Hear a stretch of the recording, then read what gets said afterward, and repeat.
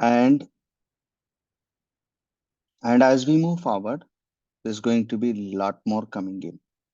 And it is traveling fast, this AI field. And we also need to ensure that we also travel with that wave. If we don't, then we are going to lose out on it. So my objective here is that here or wherever I'm speaking is that to bring in the awareness about AI, as well as enable all the fellow research community or all the fellow product owners or the architects to be more pragmatic rather than uh, just being theoretical. So that's the reason I'm propagating pragmatic AI, responsible AI, ethical AI. These are the three things that we need to always talk about. And when we are talking about that, if there is no context associated with it, then we mustn't in fact talk because we are not creating value. We are just talking in air. And we want to actually burst the illusion of, this whole wave or vibe, whatever is there in the market, and focus only on the contextual use cases that are applicable for businesses and the applications of it.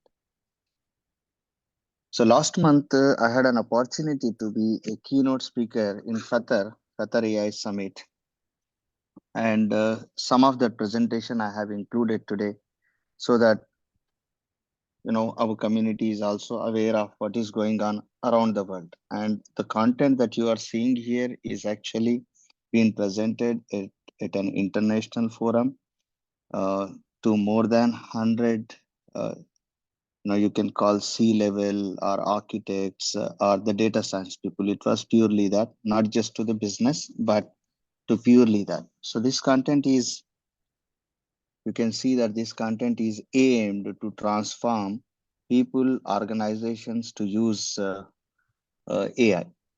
Now, if you look at this slide, it has got a lot of buzzwords. We have RAG, we have hallucination, we have neural networks, we have GPT, BERT, a lot of, this is what is trending currently in the market.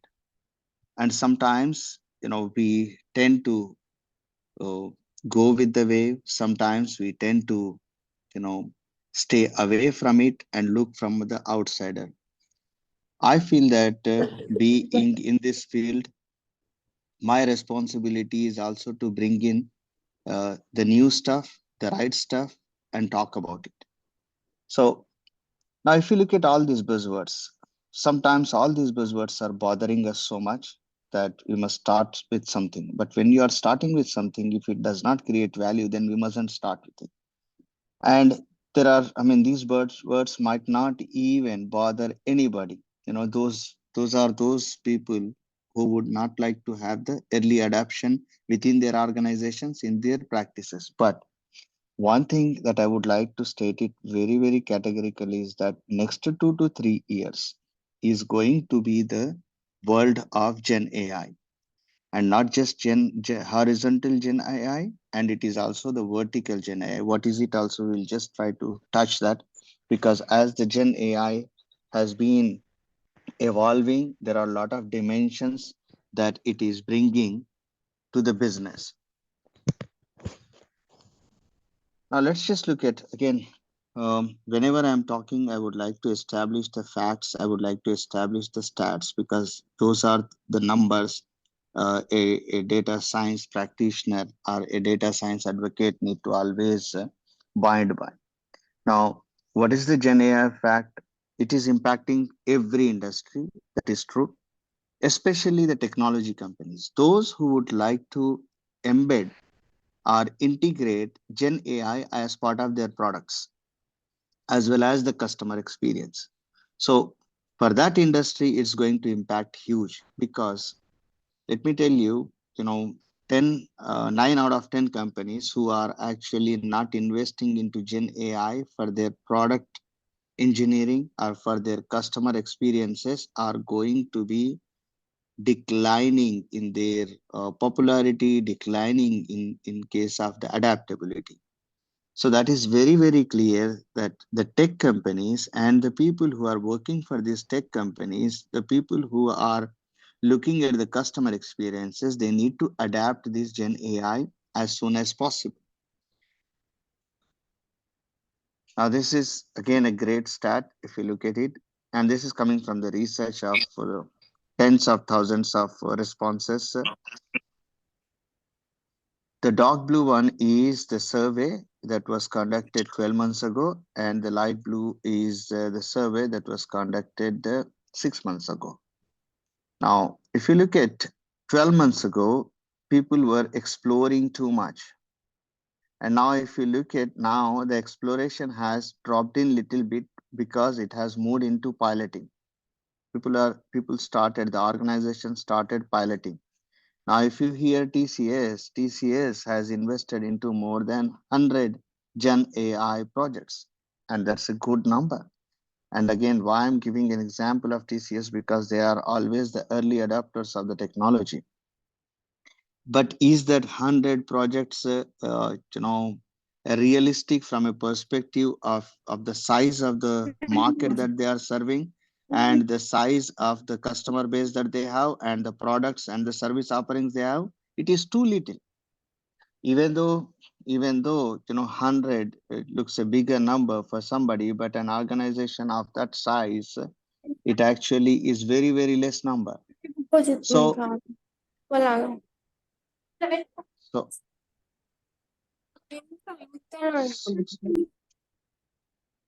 so what I'm stating here is that rather than just exploring, we need to move slowly into or fast into the piloting as well as the production.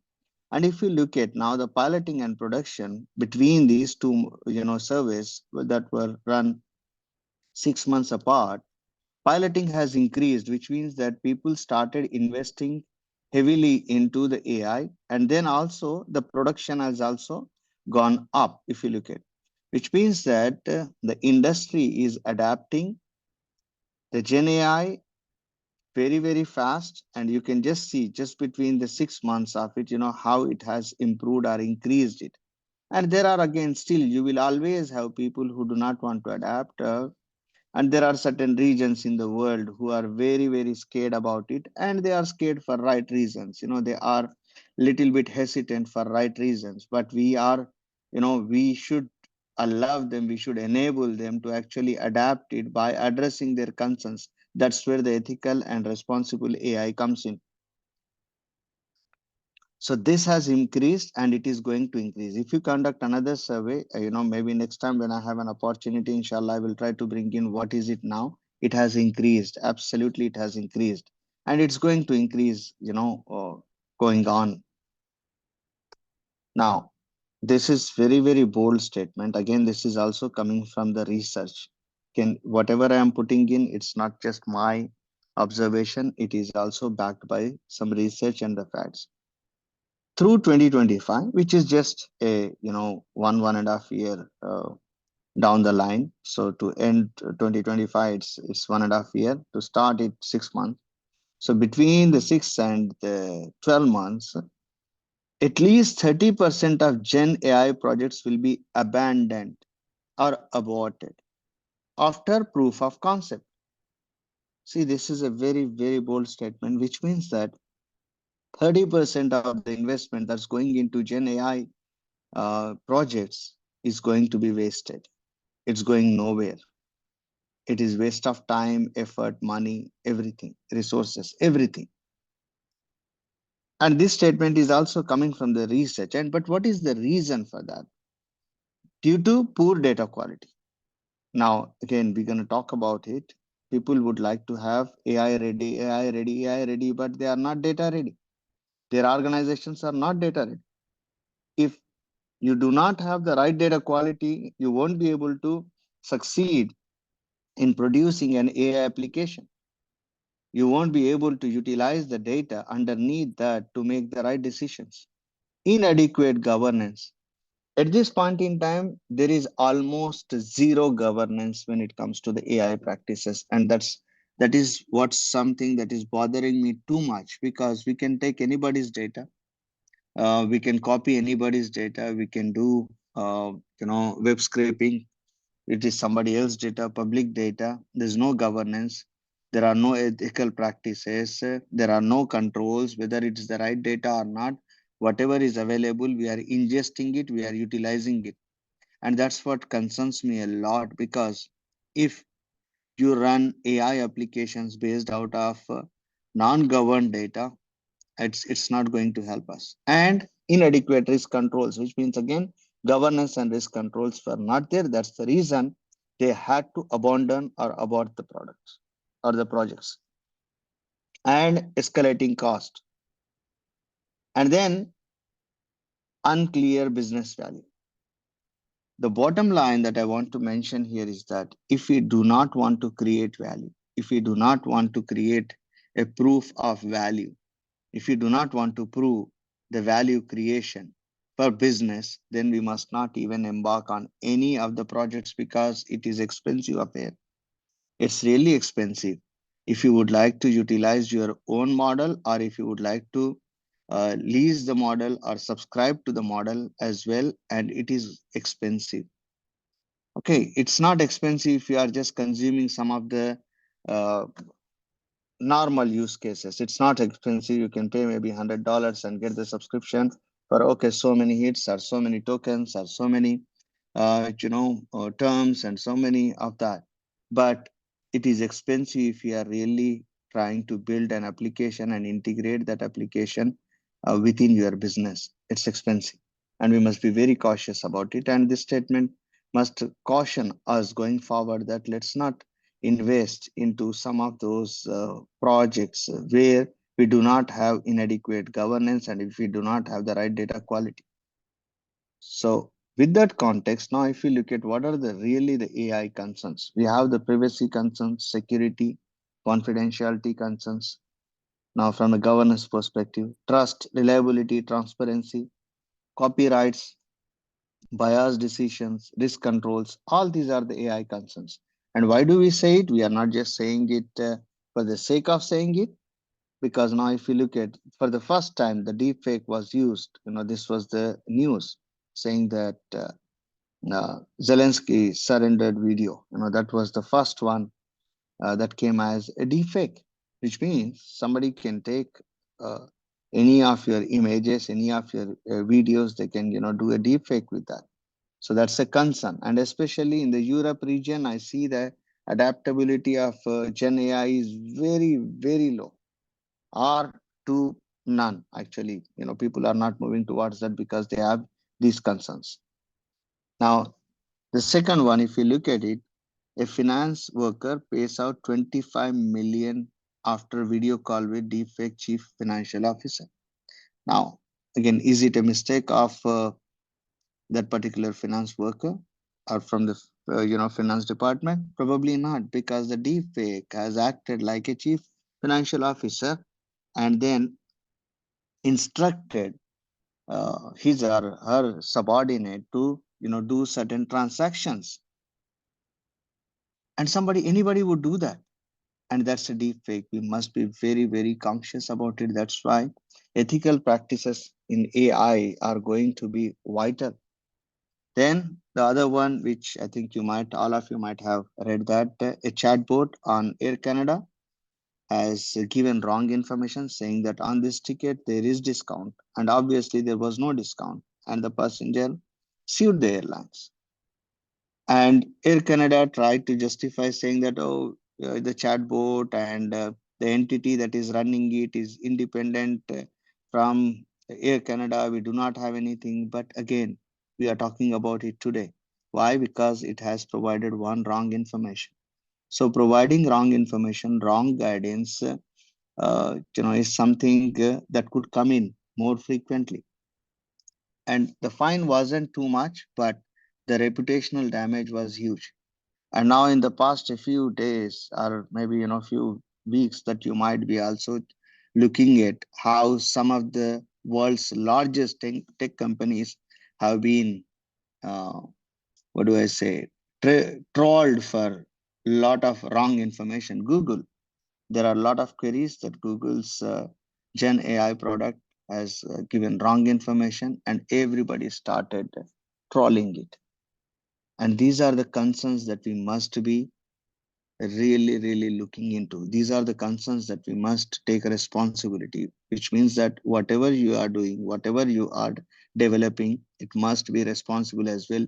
You cannot do a just whitewash saying that no, sorry, it was a chatbot which has given the wrong information. The moment you are embedding any of the Gen AI applications or products within your organization, then you need to be responsible for that. And these are just a few. I mean, there are hundreds of them that are evolving. That's why today, if you look at in Middle East and in also certain other developed countries, if you look at it, whenever you want to do a transaction, financial transaction, it is asking you to do a video call and video verification.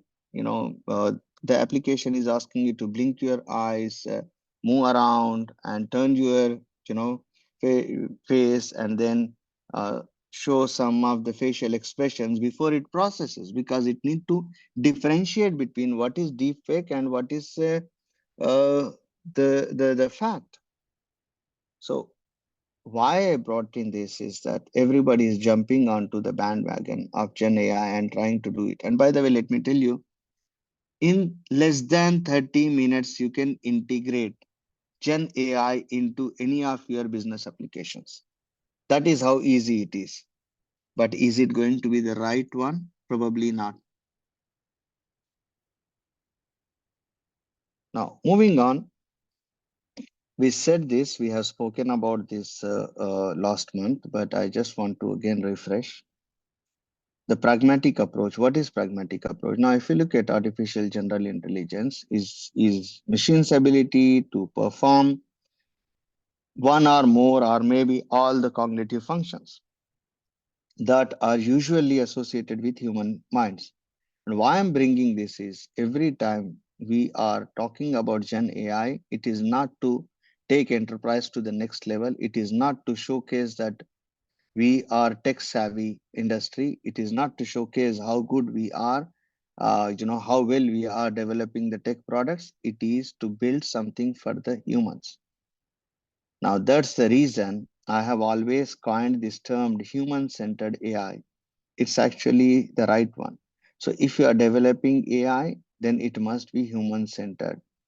It refers to the development of AI technologies that prioritize the human needs, values, and capabilities. And if it is not doing it, then let's not rather do any of the development or investment into AI. AI is here to serve humanity. AI is here to improve the customer experience. Who is the customer at the end of the day? It is the human being. AI is here to improve the efficiency and productivity and effectiveness of whom? Not machines, of the people, of the human being. So it's here to complement and supplement the human uh, capabilities. So what is pragmatic AI? Pragmatic AI actually focuses on developing, designing, implementing practical AI applications aimed to solve the real world problems, and by improving again productivity, efficiency, and effectiveness of the humans. So it's not just the AI that would succeed. We need to join hands with AI. So it's a human factor plus AI that's going to take the world forward. It's not just the AI, it's not just the humans. So it's the augmentation of the capabilities. Now, moving forward, there are a few more things because last time a couple of questions came in as what is pragmatic? What is pragmatic AI? That's the reason I brought in this. So pragmatic AI refers to the practical applications of AI rather than the theoretical concepts. Okay. And again, it is to recreate human-like intelligence. And then again, this I already mentioned. Then the other one is the pragmatic AI. You can build the pragmatic AI applications only if your data is ready. Only if the organization is ready with the right data quality. Before they are AI ready. Everybody is chasing AI ready, AI ready, AI ready. But I personally feel, and we have a forum where we are trying to propagate the message that it's not AI ready, it is data ready first and then AI ready. Now then there are other Gen AI. Where is it effective and where is it not effective? We need to know. And this is from, again, research. This is coming from the Gartner research. So if you look at the Gartner research, where exactly Gen AI is effective. Now the use cases, and then use case family, generative models, current usefulness, and example use cases. Prediction forecasting.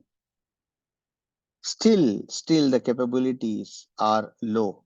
Still the use case is evolving. Risk prediction, customer churn prediction, sales or demand forecasting. This is still not giving you accurate results. So it is still low. Decision intelligence. Again, I don't think that we are yet there, but in future, the decision intelligence will be embedded as part of the applications. That system comes up with a couple of decisions with the intelligence built around the data, and then you need to choose one or the second based on the priorities what it has given. And decision support, augmentation, and automation. That is also the place where the low usefulness. Then segmentation classification, which is again, many of the organizations are doing that. Clustering, customer segmentation, object classification, entity resolution, all these things, it is medium, which means that it will go up. So up to higher, higher, higher. And recommendation systems, again, recommendation engines, personalized advices, next best action, or fact-based action, those kind of things, that's also medium. But what is it currently great at currently? Where it is serving the purpose with higher efficiencies is content generation at this point in time. And there are several organizations who have shared their success stories, how they have reduced the time, effort, and the resources in terms of the content generation. And I personally have checked the text generation. Text generation capabilities are way, way beyond the capability of a normal content writer. So it's actually very good. Image one, okay, maybe the second. Video generation, it is still not there. People are working on it, and I believe that it's going to improve. And synthetic data generation, it's absolutely serving the purpose. And we need synthetic data. What is synthetic data? It's not the true data. It is the data that we create to train the models. It is the data that we create to create the volume variety of it. And that's the synthetic data. Then conversational user interfaces. Believe me, ladies and gentlemen, about 2.5 years ago, I was advocating for conversational AI, conversational UI, because we must be able to talk to our systems, because systems are actually built for the human beings. And today, I'm really happy and impressed that most of the organizations are actually building the conversational UIs. I do not want to call them as chatbots, because chatbot is actually the term that has spoiled the reputation of it. It's a conversational UI, conversational user interface. Within PiLog as well, we built great conversational UIs and we are improving on them.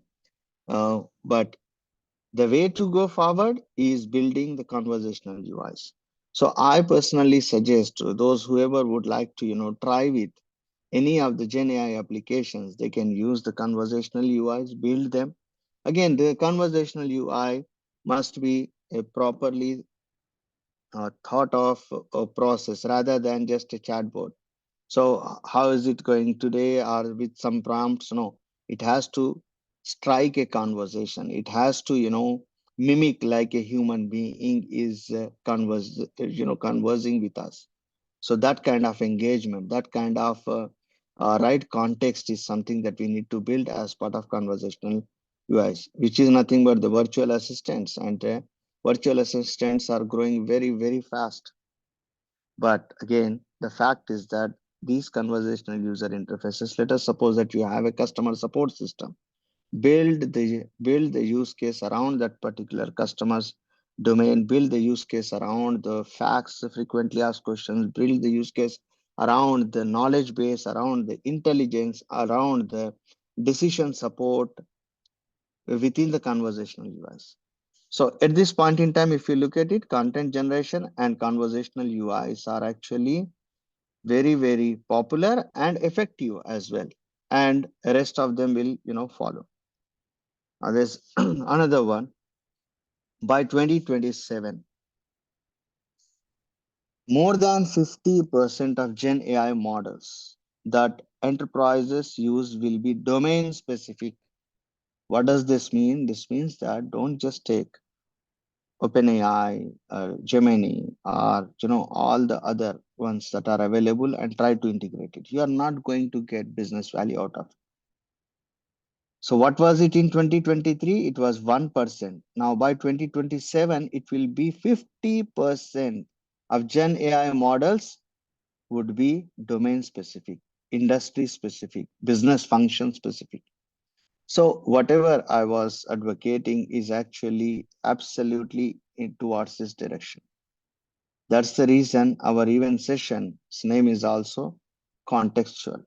Contextual. If you do not bring in contextuality within the business applications using Gen AI, then we are not going to be entertained by anybody. Nobody is going to use it. So from 1% to 50% increase in 4 years from the contextualization of it. And for that, we need to first of all understand the business. Business acumen is going to be the important factor in any AI team. If the AI team does not have, or the Gen AI team does not have the business knowledge, business acumen, their projects are going to fail. Because if you do not know, what exactly is the objective of it, from a programmer perspective, programmer will just program, but you need to have the right business analyst. You need to have the right industry practices. Now comes another great topic which is going to evolve, I believe, in the next few months to year. Vertical Gen AI. I'm not sure how many of you heard about this one.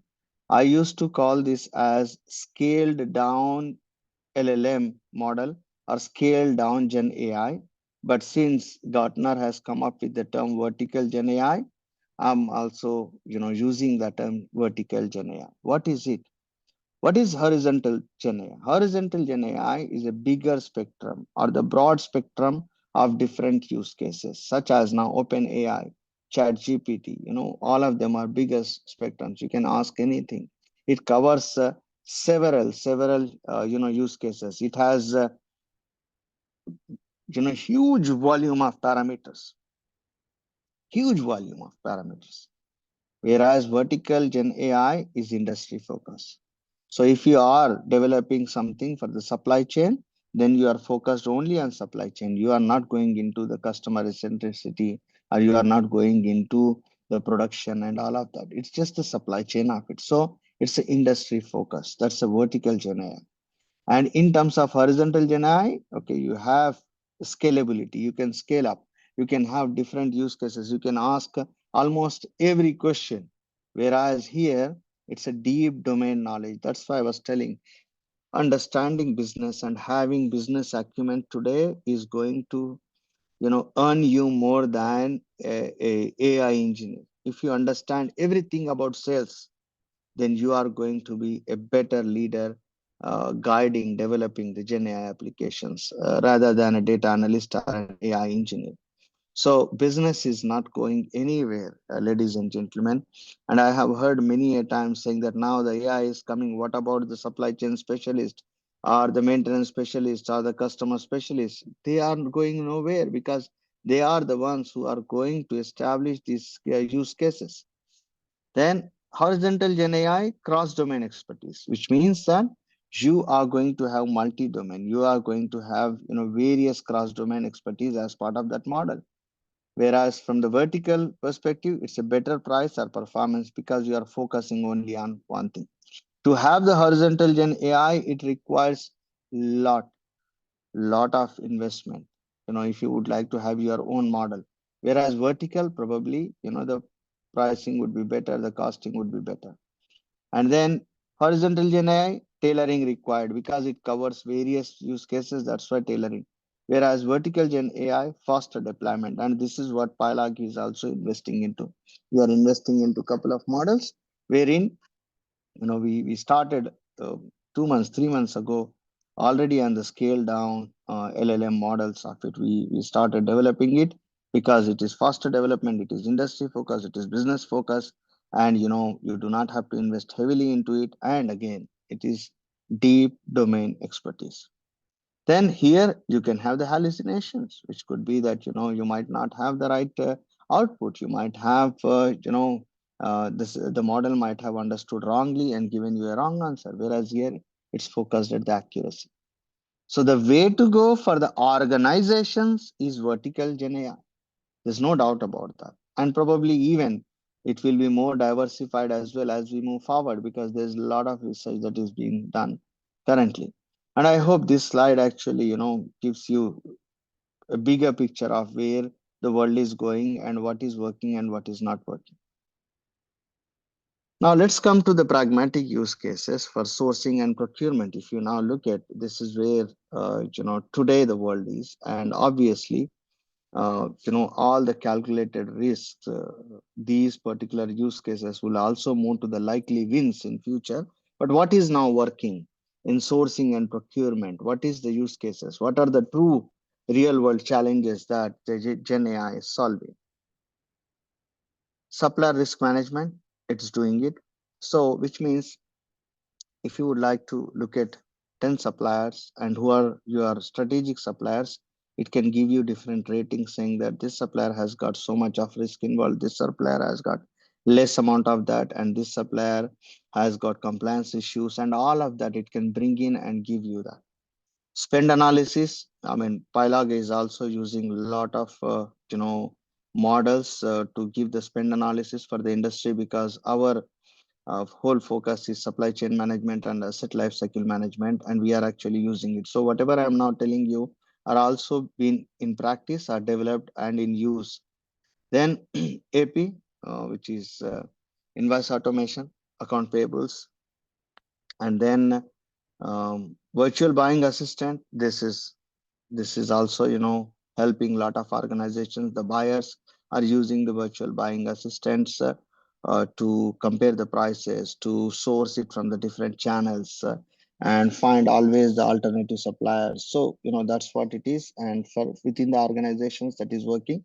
And also virtual buying assistant for the B2C customers also, it's working. Autonomous sourcing is also something. Earlier the sourcing had to go through various other channels, but this is autonomous sourcing is also likely wins for that. And advanced contract analytics. Okay, we built something for one of our large chemical company, that the contract analytics is that which contract has got what kind of value, which contract has got what kind of line of items there, and what are the bill of services for that particular contract, and what is the pricing mechanism, benchmarks for that, all of that. So that's also something where it is working. Supplier discovery. Okay. So understanding the supplier, where that supplier is, who can supply us potentially these products, or who can service our industry, and discovering the new suppliers is also something that is working. And we have embedded one use case within our application as well. And what are the ones that are calculated risks? Category management, market intelligence, intake management, supplier sustainability, autonomous procurement. This is also a great topic, wherein you do not need any buyers, you do not need any of the procurement professionals. It does automatically the procurement on its own, embedded within SAP or Ariba portals and all of that. It does a lot of that. So that's something that is still evolving, but it is something that is going to also evolve further. And intelligent negotiation, the conversational AIs or the virtual assistants are going to come up with an intelligent negotiation. Again, all this is math. It's not at all magic. It is maths and science, nothing more than that. But these are the real use cases. And if anybody would like to get into this, that's really great. And if somebody would like to study that, understand that, build that, and if there are any entrepreneurs who would like to invest into it, and these are the use cases they can look into from a supply chain or sourcing and procurement perspective. Now then the other one, what should be the focuses, and this is for all the industry leaders, all the organizations, all those who would like to pursue this particular field. What are the three common focuses for AI solutions? The first one is user experience. Experience, and experience. Because user experience is still poor. Though we are in the digital era, I believe that only one out of 100 applications have got the right user experience. Though everybody is putting in a lot of time and effort in that, it's not. Why? Because they were not using the right methods. Now, if you use the AI models, including the NLP, for specialized devices, which means that you are building a better user experience for mobile device, maybe a desktop device, maybe a tablet, because those each device has got a different navigational features, different gestures that you can build on it, and that's something that somebody can look into. And Gen AI is, or the AI, is something that is going to improve the user experience. Language translation, which is nothing but again, NLP is there, language translations are there, NLU is also embedded as part of that. Then the process improvement, and this is where you will have a lot more value. User experience for those companies who are, serving large customer bases, be it internal or external, because even internal as well. If you take an organization like Amazon, their internal workforce itself is mammoth, and those are also the users. And this user experience, Amazon is putting in a lot of effort into an investment into the internal user experience as well, not just the external one. Now, the second one is the process improvement. When you look at the process improvement, there are a lot of improvements that you can do within the existing practices or the legacy practices, so that you can bring in augmentation, so that you can bring in automation within the decision making within the process flows, and that can absolutely improve the productivity. The moment you are improving the productivity, or the moment you are improving the efficiency and effectiveness of it, you are creating value. And value creation is something that any industry is looking at. If you are not going to create value, then nobody is going to adapt any of our applications or approaches or methodologies. So value creation is ultimate. Then um, decision support is also something that you can uh, choose as one of the process improvements as well. Then insights and prediction. That's the third focus on it.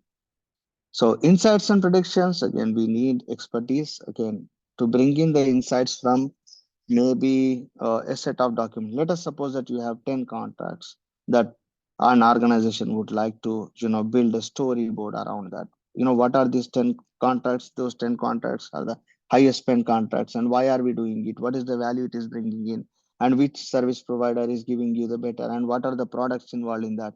What are the domains involved in that? All that insights, rather than a human being going through it and building a storyboard and bringing some insights, AI can bring that. And that's something that we must look at, because that is going to save millions of hours for those people who are building the reports, millions of hours for those individuals or the organizations where people are just focusing on building the storyboards and the reports. Millions of hours, when I am referring it across the world, it is not just for the one organization of it. So insights and prediction. Prediction is something, okay, it's not working now with the Gen AI one, because of probably the poor data quality, and also not having the right data points. But AI is definitely going to have huge impact on the predictability. So prediction is going to be one of the core features or the capabilities of AI going forward.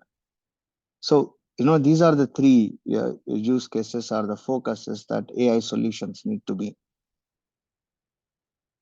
Now, The recommendations, what is it that I'm recommending? And this actually is also from the Qatar AI Summit, this slide.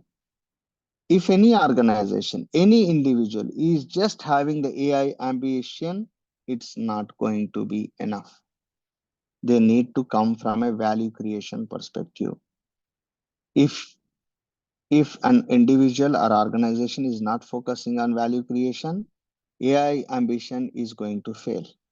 Then beware of accidental investments into AI infra and capabilities because we are heavily, the spend has increased multifold into AI investments. We must be very cautious about because it is the money of organizations who have earned it very honestly with lot of effort. You cannot be just spending it into.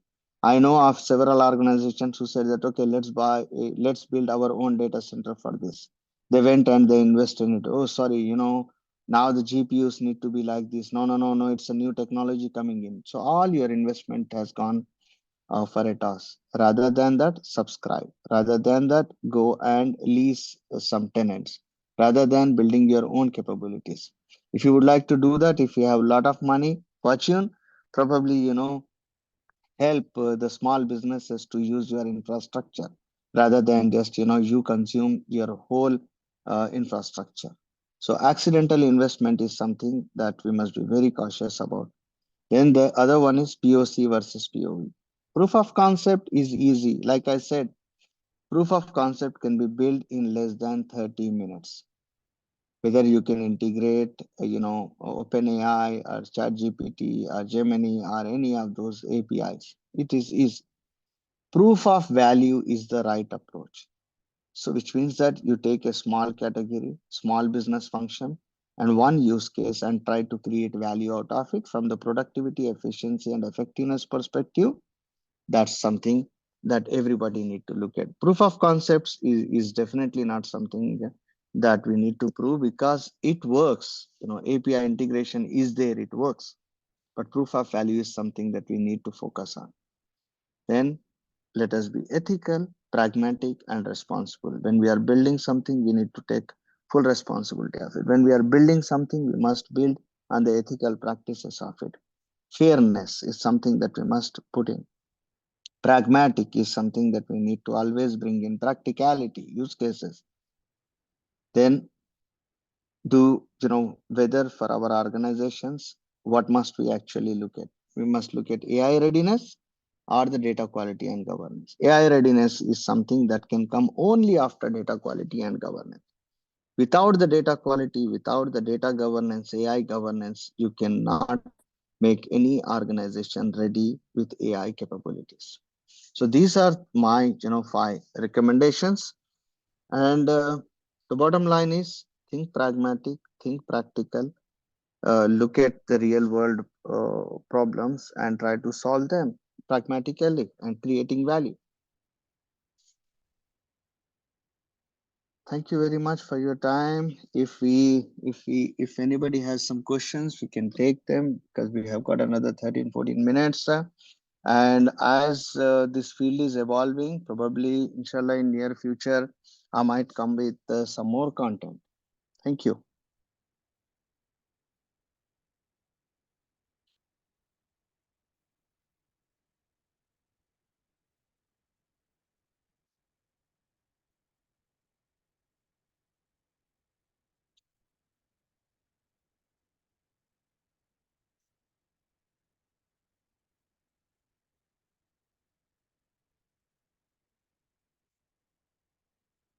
Anybody has any questions? I'm seeing chat now.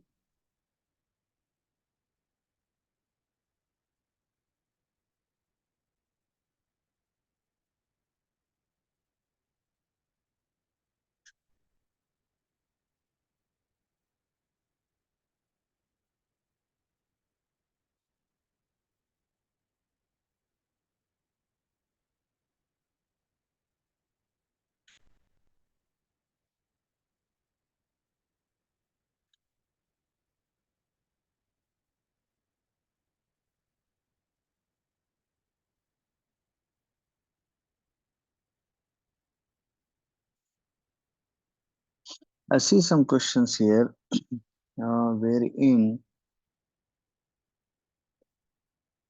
speaking in Hindi, because most of these terms are explained in the definitions as well as the use cases are very, very particularly around certain terminologies. I'm not sure whether I would be able to use the right, Hindi terminology for that, and I don't want to convey the wrong information.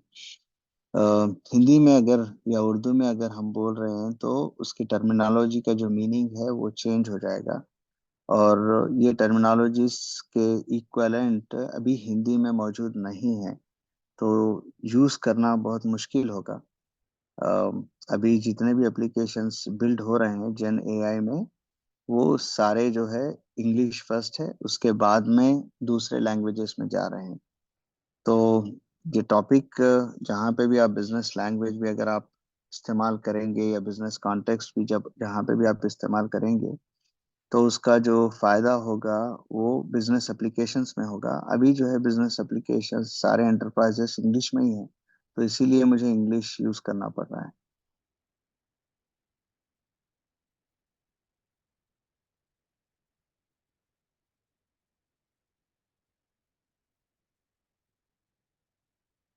How do we start a career? And that's the question everybody asks. My simple suggestion is that no, first, if you would like to be in the data science, um, if you would like to be in the data science world, start with data analysis, data analytics, because if you can start understanding the data, then you can be evolved into AI engineer, lot of other things. But data analytics is the basic. Um, if you start understanding the data, take several spreadsheets that are available as well, maybe somebody's sales spreadsheet, and try to create some analytics and understand. There are quick learning courses on data analytics that are also freely offered by large organizations, including Google. You can understand those analytics. At this point in time, I will not recommend only tools because tools is only the way of it. We need to understand the concept of them. So data analytics is the first step. And if you would like to maybe build the Gen AI applications, it is very easy. Go on to Open AI, and then there are some free APIs as well that you can use and you can consume them directly. Like I said, in less than 30 minutes, you can integrate the API or the Gen AI capabilities for a general purpose use case.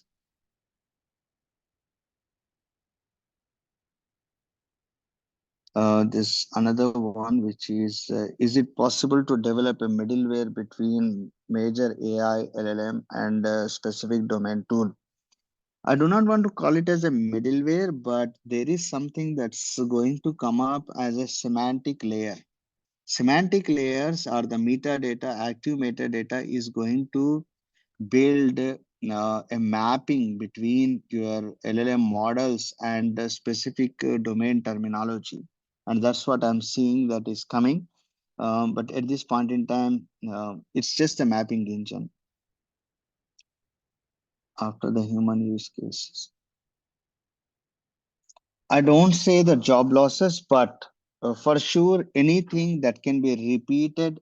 If let us suppose a person is doing a job repeatedly, exactly the same thing every day, then yes, it's going to be replaced. Absolutely, it is going to be replaced. Now, such as if you now look at a lot more airlines, they have automated your check-in process. They have automated uh, the baggage tagging. They have automated a lot of that stuff. So, which means that job losses will be there for those tasks that can be repeated easily to improve the efficiency.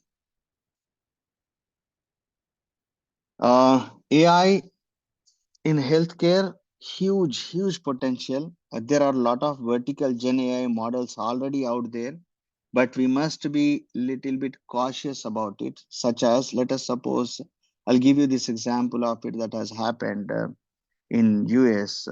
AI in the surgery room. AI has given the suggestion that please, cut it from this side and this angle.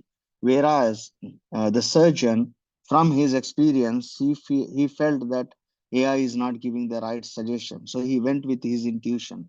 Then later on, when he came out of it, when he studied, he was right. So, AI can give you suggestions, but again, you need your knowledge, your experience, and your expertise, and especially in terms of the autonomous surgeries and all the other stuff. Whereas when it comes to the healthcare, diagnosis, prescriptions, and then some of the quick tests, all those things, AI has already advanced, and we are seeing a lot of equipments that are embedded in AI with AI.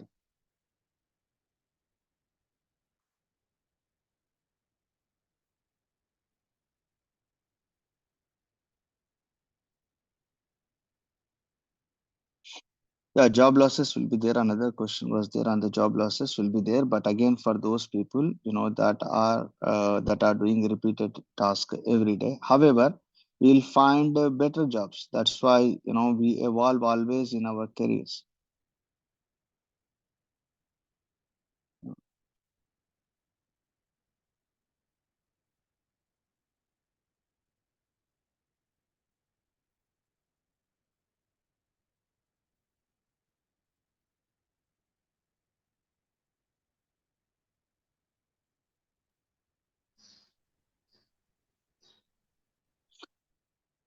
See, there was a question from um, Brother Zohaib. See, probabilistic, statistics, predictive, these models are definitely going to overtake more and more use cases in near future. There's no doubt about that. So not just the Gen AI, but all the other models as well, including the Gen AI models are going to come up with a lot of accuracy when it comes to the prediction, when it comes to the uh, statistical models, as well as the other models that involve either mathematical functions or any of the physics functions, so definitely, or even the chemistry functions, or any of the manufacturing of the medicines or diagnostics of that. So a lot more predictive models are going to be successful in near future.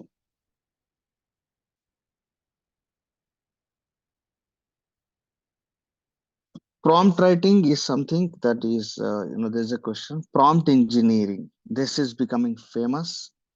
And if you would like to pursue, again, I'm not the one who is giving advices in terms of what you must exactly do it now, because as I'm giving advice, there's something new that is coming in. But prompt engineering is something that would be a good profession for the next couple of years when you are working with the Gen AI tools or Gen AI applications.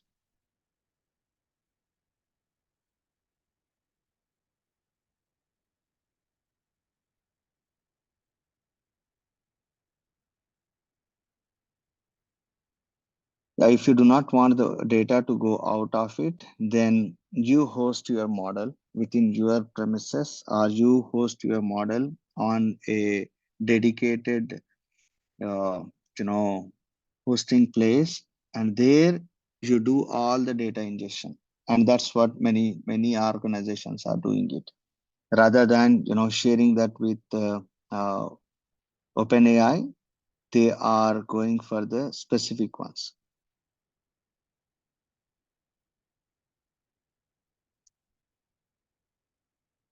Yeah, there are issues with the overfitting and underfitting. These are the things. That's why you need fine tuning of it. And model fine tuning is a topic on its own. It's a mammoth topic at this point in time. Because there are models that overfit or they underfit, and there are models that are biased. So you really need fine tuning of the models with the right parameters, and the right contextual data.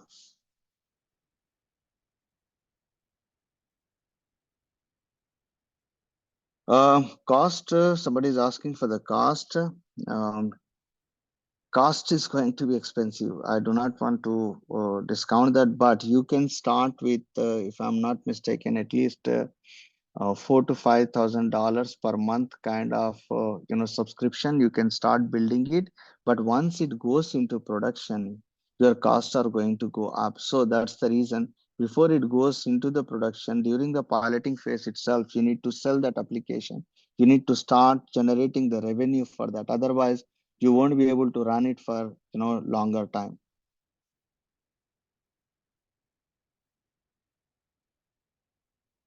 The sustainability of subscribing to Azure Open AI, owning it. Yes, if you are creating the value that you can sell, yes, I think that's the right way to go.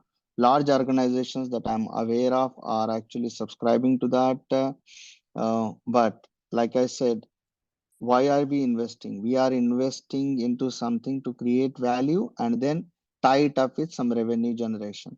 And unless we are generating the revenue, we mustn't go with that. I mean, if we do not have the objective of generating the revenue and recovering all our investment in less than a year time, then we must not start investing into it. In fact, even within our organizations as well, initially we subscribe to something, we were losing a lot of time and effort and money. Um, but we had to seriously think about that investment and mend the way so that we don't over invest into it. But way to go is vertical AIs, and that is possible only by having your own space. I don't want to just say that OpenAI instance or anything, but there are several models. Do you know that more than 1,000 models are already available in the market, and several of them are open source that you can take, that you can use them and build your own stuff. So, take a model or talk to a vendor and understand what are the models that are offered by them, supported by them, even as in open source, and take that model, use your data and use RAG is very, very important thing. Without RAG, I don't think that gen AIs are going to bring in that value. So retrieval augmented generation, RAG, is something that we need to build in after training your enterprise data. So that's the way to go. So the bottom line is, take any model, open source model, and trim off all the parameters that are not required, which means that we are going to use it as a vertical Gen AI model, and use your enterprise data and RAG to build the applications. And that's what I felt is the best thing to do at this point in time. Not just the enterprise data, domain specific data. So that's what is going to be the best. Free websites are there, several free websites are there, but organizations don't allow using of any of the free websites within their enterprise applications. Yes, it is good for piloting, it is good for just doing the POC, but I don't think in the real time, if you would like to use it as part of your production, organizations don't allow.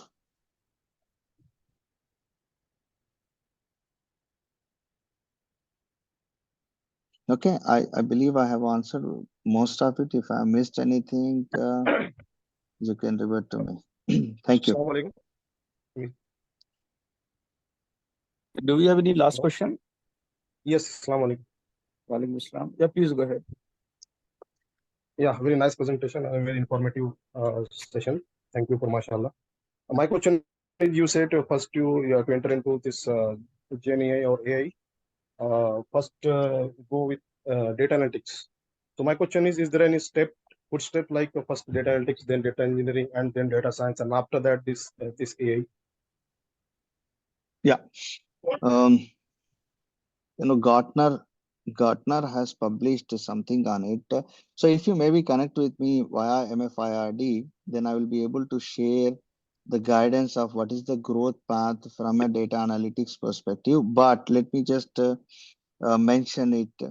Data analytics is the stepping stone because that's the platform that everybody need to understand, be it an AI engineer, prompting engineer, whatever it is. So once you are done with the data analytics, you would know easily that where would you like to go using the tools, which means that you would like to maybe only become a practitioner there, or no, I would like to write my own code, which means that you are going to go into a data engineering and data scientist world, or you say no, I would like to only understand the business and build the context around that, then it's a business analyst. So there are various ways of it, but to my understanding, and what I have seen is that the moment somebody is exposed to the data analytics and they do study that for a few hours and practice it with just Excel, not any tools, they will know that what they want to become, because that is a natural intuition that will come to you saying that okay, I must go into this or that. I do not recommend that directly jump into Python programming or R programming or any of the other programming, because probably not everybody might have that liking for the programming, and they might not have also the competencies because of the backgrounds that they are coming in. Yeah, thank you. Moreover, last question. Yeah. What kind of tools, technology, or technology stacks should we focus on? That means language like Python, Java, or database like SQL, NoSQL, or any cloud model. See, at this point in time, almost all the vendors and tools are evolving to be AI supportive, AI ML supportive. So we cannot say that use only this platform or that platform, but the basics is again the same. Python is something that we need to, and Java also has got great capabilities, and we are building applications in both of these. So Python as well as Java. But my recommendation is that understanding the models and fine tuning the models and contextualizing the models is the capability that is lacking at this point in time in the market, and that's where we need to focus, and whoever would like to go into that, so they need to focus into the ML, understand the ML thoroughly, model thoroughly, because you will find a lot of Python programmers. You can ask somebody to write a Python program, or you can generate the code yourself. But understanding the models and fine tuning them is something that requires little bit more expertise.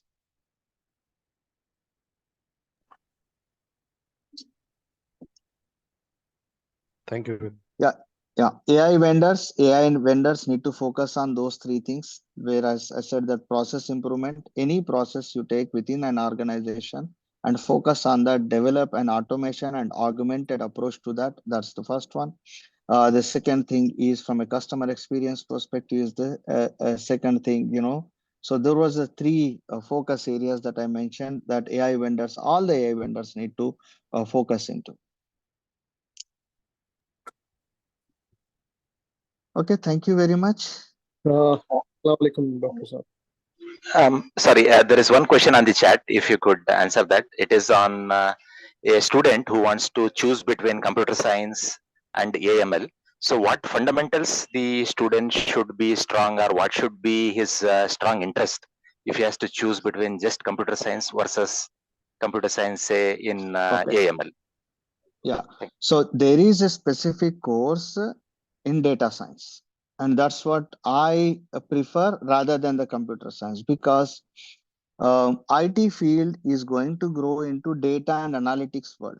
IT is not going to stand on its own autonomously. It's not going to, because everything is going to develop something for data and analytics. So this is also the question that have been asked in the last couple of years several times. I have recommended all of them data science. So if there is a data science engineering or data science graduation course that is preferred over the computer science of it, this is my purview. Sure. And so then the student should be good in some areas of mathematics, like say statistics or probability. Yeah. he should be good in those things. He should have strong interest in that. Only then I think Yeah, AML will be suitable for him. absolutely, absolutely. Sure. Thank you. Sir, one question. Like, Yeah. are there any popular courses out there where we can go and learn to start a career in AI? Like, Several. I would like you to look at the Google courses, the free courses. mhm. The courses that are offered by Simply Learn is another one. Coursera is another one. Why I'm recommending? Because they have refreshed their course. You know, if there was a course that was released a year ago, don't go for that. Go for the latest courses in the last 3 months, whatever has come in. But Coursera has got a lot of great content. Simply Learn has got a lot of great content. But I personally believe that go with the Google Analytics course first and learn there, because Google AI Engineer is there. There are a lot of courses out there. Why why I'm recommending going with these courses? Because of the reason that they are continuously improving the content of it. Okay. All right, sir. Sir, and the the you said Google AI engineer courses, right? Under Google Yeah. site to start with, and to learn in detail, the data scientist is the full course, or because I'm trying to differentiate here Sure. the path. Data science is the superset of all what is happening today with the data and analytics. Okay. Data science. So AI ML is just a portion of the data science. So it's not thoroughly completely the data science. It's just one segment, one feature or one category out of it. But at this point in time, AI/ML is more popular than any of the other stuff. Eventually you would grow into a data science role, but these days I'm fascinated. Many people just they go for 1 or 2 course and they change their LinkedIn profile as data scientist. I'm very cautious in calling anybody data scientist, because data scientist is a guy who understands the entire world of data science, and I don't think that there's anybody out there who understands everything of it, because it is evolving still. So you cannot call yourself as data scientist.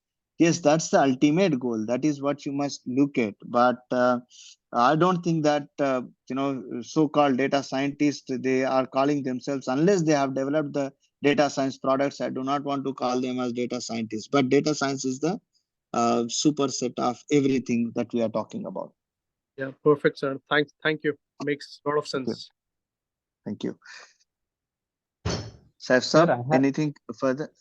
sir, I Yeah, have a question. If you are, yeah, can I? please go ahead. Thank you, sir. Thank you for a wonderful presentation, sir. Actually, I am from healthcare industry, especially from medical imaging. So I am Mhm. into medical imaging department for the past 25 years. But I have seen a lot of development is happening, especially in medical imaging department when it comes Right. to AI. So I feel that I am lacking behind. I'm not up to date to catch up and to develop the things for further enhancing or helping in diagnosis. Mhm. What courses do you advise me to go for? To advance my career in especially related to AI and medical imaging. There are several courses, since you touched on that. There are several AI courses for the radiographers, radiology, specific courses I'm talking about. I do not recall who is offering this. Probably Udacity is another one of the edtech company who is offering AI in healthcare. You can check that. But clinical radiology AI courses are available. Please search for that, because I do not recall, but there are a lot of courses that are available in clinical radiology and radiology specifically. Okay, sir. Thank you.